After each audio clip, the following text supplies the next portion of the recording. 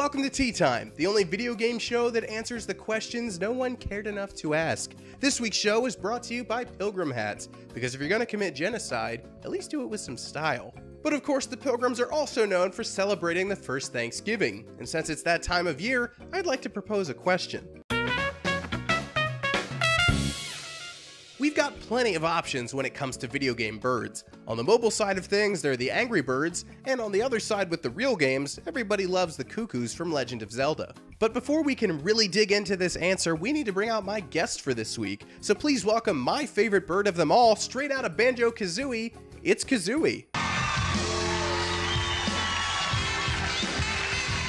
I gotta say, this is really exciting having you on the show, Kazooie. You know, you're from some of my favorite games of all time. Now there's the rudeness I fondly remember. Now let's get on to it.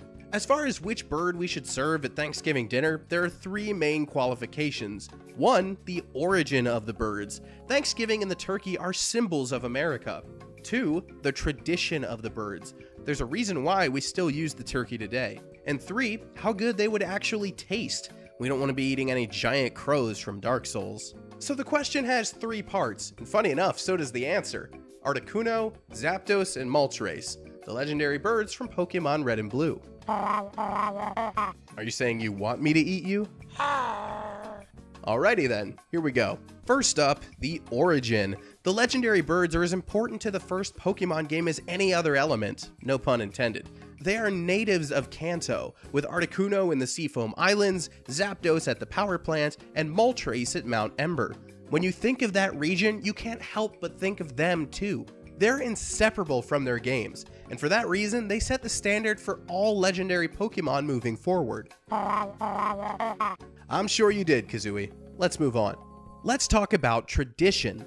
Unlike Thanksgiving itself, the legendary birds are beloved all over the world. So why is that? Well, it has to do with their naming conventions. In case you never realized it, Articuno, Zapdos, and Moltres are puns on 1, 2, and 3 in Spanish.